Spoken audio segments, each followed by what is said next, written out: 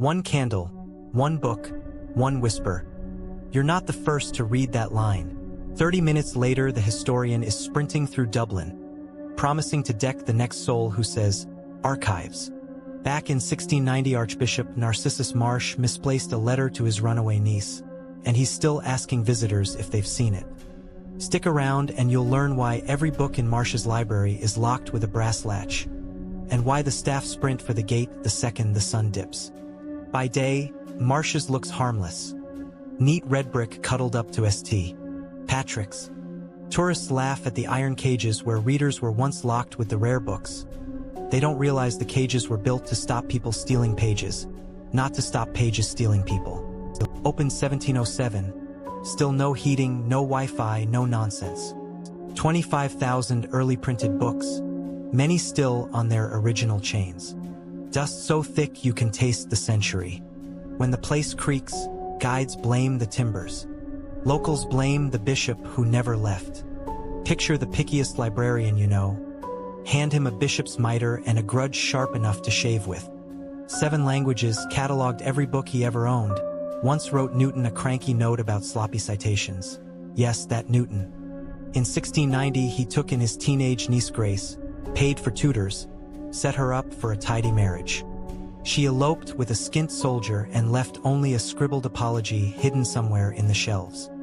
Marsh hunted the letter until he died in 1713. They buried him next door. But witnesses swear he never clocked out. Security cameras catch orbs that swirl at 3:07 a.m., the minute he passed. Every November, the week of Grace's wedding, footsteps pace the upper gallery. If you're inside after hours, a thin man in 18th century black asks, "Have you seen my letter?" Answer wrong and the air turns arctic. Books slam. Parchment chokes your throat. Answer right and, well, you still won't like what happens next. Meet Connor Dolan, 32, lecturer, allergic to ghost stories. Specialist in 17th century love letters with better grammar than modern texts. He lands a cushy week in Marsh's to poke through sermons. Head librarian misses. Prior rattles off the rules. No ink, no flash, out by 6. Connor grins. Ghosts don't cite sources. Famous last words should never sound that smug. Night 1, 5:45, the reading room empties. Something tugs Connor's coat. Nothing there. The lone fluorescent bulb flickers. He blames old wiring. Then the whisper, "Grace," right behind his ear. He spins, knocks a folio, pages scatter. Every sheet blank except one. Where is she? Handwriting later matched to Marsh's diaries. Gates locked, misses. Prior gone, bulb pops. Something scuffs the balcony. He's not alone. Quick breather. If you're still here, tap like. Apparently the algorithm thinks ghosts count as watch time.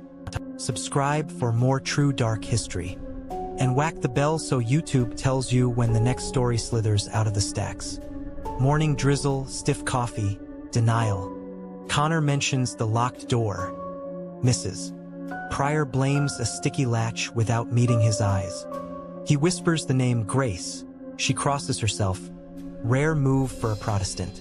Stay off the gallery, she warns. That's his walk. Every book he orders carries the same plate. Ex Dono Narcissi Marsh. A pressed violet drops from Herbert's poems. Grace's favorite flower, symbol of faithfulness. He pockets it, unaware he just volunteered as delivery boy. Night 3, 5:50. Chasing the theory the letter might be sewn in a spine, Connor climbs the forbidden gallery. Halfway along he spots a chained Bible, odd. Marsh only chained heresy. He reaches. The chain slumps off like it's bored. Ice clamps his wrist. Voice, clearer now. You found it. Connor bolts. Bulbs snuff out in sequence. He crashes into a stack. Books avalanche. Exit door stands open. He dives through and lands back at the same reading table. Same unlit candle, now floating. Loop confirmed. Ghost 1, Historian 0. Trapped inside a footnote, Connor remembers the blank page. Ask the girl who wore violets. He hunts the catalog for anything tied to violets, to Grace, to to 1690. In Herbert's poems, once owned by G. Marsh, he finds a slit in the paste down, tweezes out a rag paper sheet. "My dearest uncle, forgive the grief I caused," interrupted mid-sentence, as if she ran. He's holding the 300-year-old itch Marsh could never scratch. Marsh appears, tall, translucent, eyes like guttering candles. Connor hands the letter over. The Archbishop reads, silver tears sliding off his cheeks. "She forgives me." Chains slacken on every book. The air warms. Marsh, letter and all, fades into the wall. Door to the courtyard yawns open. Dawn leaks in smelling of rain instead of mildew. Connor stages out, hugging the Herbert poems. Free unless library fines count emotional trauma. Official report, research productive. Leaving early. No mention of ghosts. Tenure committees frown on apparitions in the methodology section. Back in his flat, he opens Herbert to catalog it. The violets gone, only purple dust left. Misses. Prior emails. CCTV shows you talking to thin air for 12 minutes. Care to explain? He deletes the message, books a flight to Canada, switches to digital history. Pixels, he decides, never haunt anyone. Official line, conservation work every November. Locals still hear footsteps. But the question, "Have you seen my letter?" fades year by year. Some evenings a faint waft of violets drifts through the gallery. Staff leave it alone. Libraries, after all, are built to preserve stories, even the ones that keep turning pages long after the lights go out. So if you're in Dublin, drop by Marsh's, daylight only. Respect the cages, the chains, the silence. And if a thin man asks about a letter, hand him nothing. You might spoil the happiest ending a ghost ever got.